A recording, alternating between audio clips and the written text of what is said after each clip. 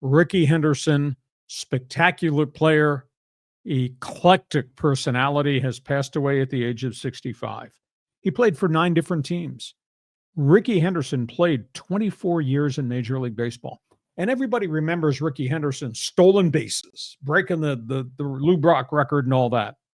You know, he was a lifetime 284 hitter, 297 home runs, including 81 leadoff home runs in a game, all-time record, probably never ever to be broken.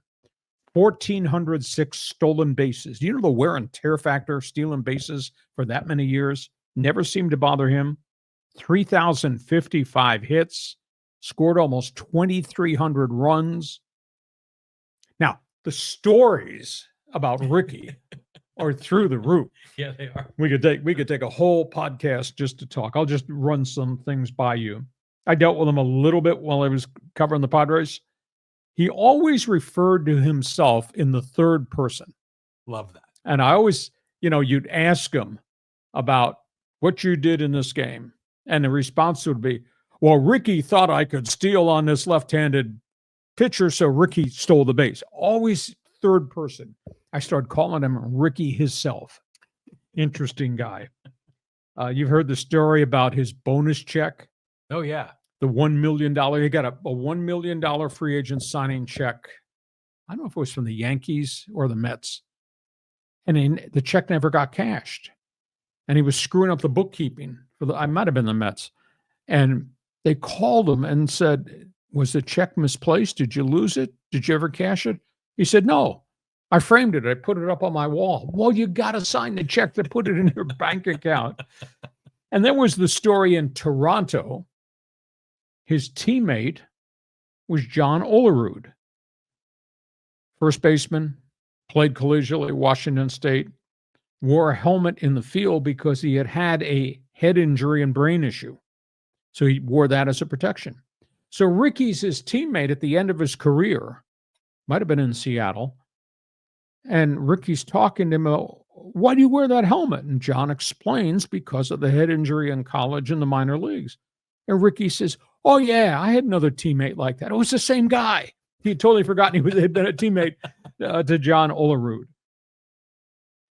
Back in the 1990s, baseball did a throwback weekend where they honored old teams of yesteryear. Everybody wore throwback jerseys. So the Oakland A's wore these, I think it might have been the Sacramento Solons jerseys in the old Pacific Coast League. Mm-hmm. To celebrate, so Rickey's out in the outfield in the first inning. So they get the side is out. And to celebrate, Rickey takes his glove, just throws it and leaves it out in right field and runs in. And people said, why'd you do that? He says, well, it's throwback weekend. Back in the day, that's what they used to do. The outfielders just throw their glove on the field and leave it and then go out and pick it up next inning. And then he was about to break one of the many records he set. This was a Ty Cobb record for home runs. Of course, Cobb was electric as a base stealer. Rickey said, if I hit a home run here and break Cobb's record, I will come round third and I will slide into home plate. And he did. And the Oakland A's dugout erupted. I saw the video of it this morning. It's really funny. Rickey himself was really a different player. What a great player. But Rickey himself was really a diverse personality. I sat in the dugout one time and just listened to him talking about stealing. And it wasn't like he studied videos, but he had intelligence to look at pitchers' pickoff moves during the course of a game and say, I can steal that on that left-hander. Damn, he did too.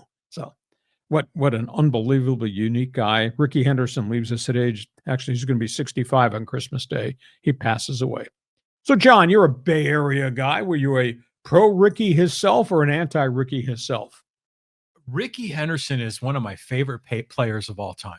I've always loved him. I've loved him forever because he's a unicorn in terms of how he plays the game. People say he's the greatest leadoff hitter of all time. I mean, you could make a case he's one of the greatest players of all time, but there was nobody that could affect the game the way that he did. And I remember when the A's played the Toronto Blue Jays in the early 90s in the playoffs, I mean, he was so disruptive on the bases. He did, and then he later went and played, I think, for the Blue Jays and did similar things for them.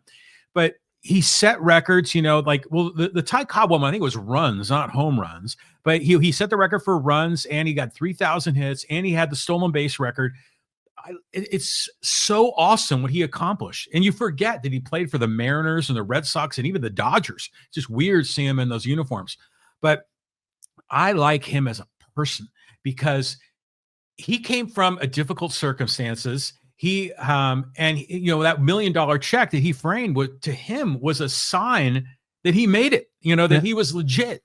And so the fact that he came from humble beginnings and turned into become a superstar was great. The third person talk is funnier than anything. And like people would say that like players on the team would like Rickey would strike out and he'd come back to the dugout and they'd hear him saying to himself, they go, Rickey, all right. Rickey struck out, but Rickey's going to get him next time because you're the greatest, Rickey. Third person. Yeah. And he just had this self-confidence. And then he talked about being the greatest. He wanted to be the greatest. And who was one of his idols was Muhammad Ali, who was also the greatest, who are like two of my favorite sports superstars. So as a Bay Area guy, I loved him with the A's. I even loved his couple of years here in San Diego.